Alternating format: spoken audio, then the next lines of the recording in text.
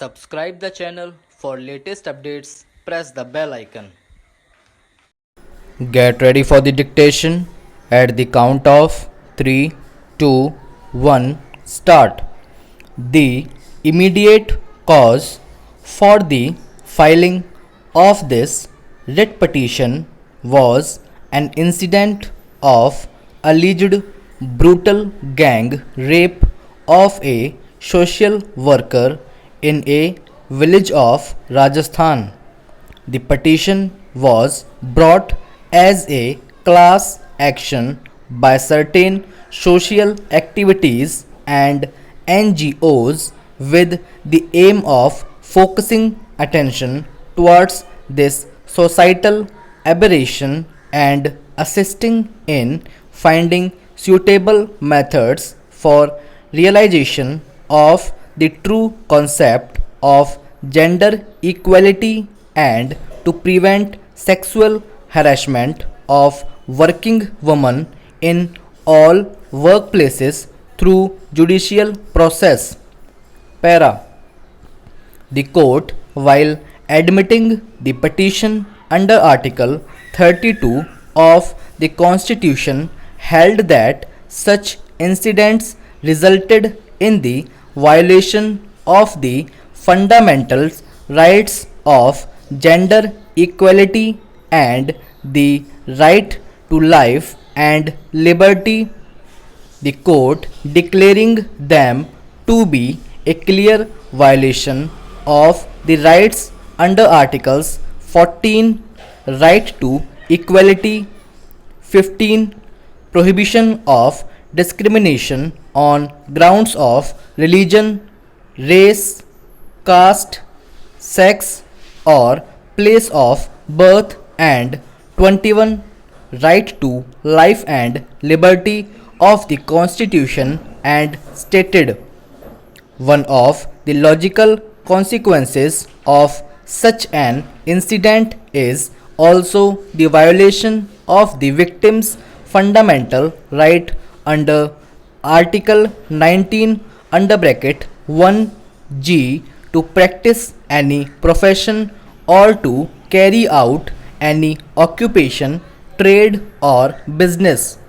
It further observed that the fundamental right to carry on any occupation, trade, or profession depended on the availability of a safe working environment. Right to life means life with dignity. Para. Taking note of the various international conventions to this effect, the court went on to lay down guidelines to be observed in both private and public employment so as to ensure that their incidents of sexual harassment at the workplace were not repeated. The court defined sexual harassment as including such unwelcome sexually determined behavior under bracket whether directly or by implication as. Para.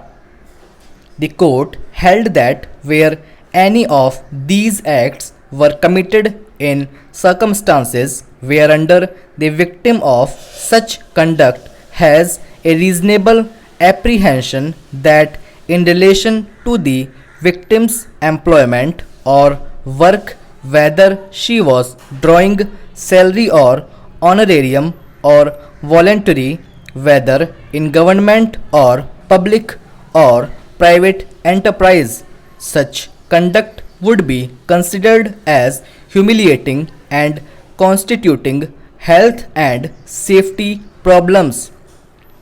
Such treatment was also discriminatory as the woman had reasonable grounds to believe that her objection would disadvantage her in connection with her employment or work, including recruiting or promotion, or when it created a hostile work environment and adverse consequences might be visited on her if she did not give consent to the conduct in question or raises any objection thereto.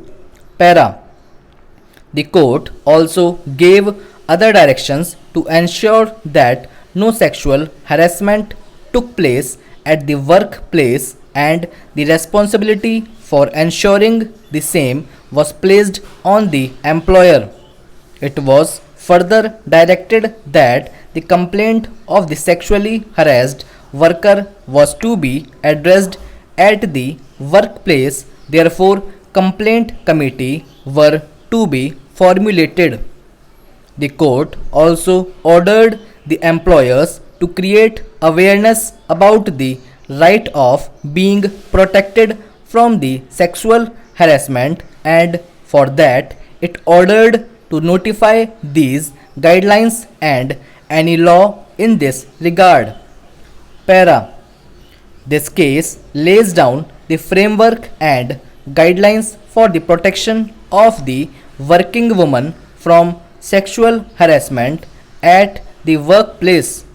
Another aspect to be noted here is that these guidelines are equally applicable to the private employer as it is to the government employer, thereby ensuring that the protection extends everywhere and the life, dignity, and profession of a working woman is adequately protected.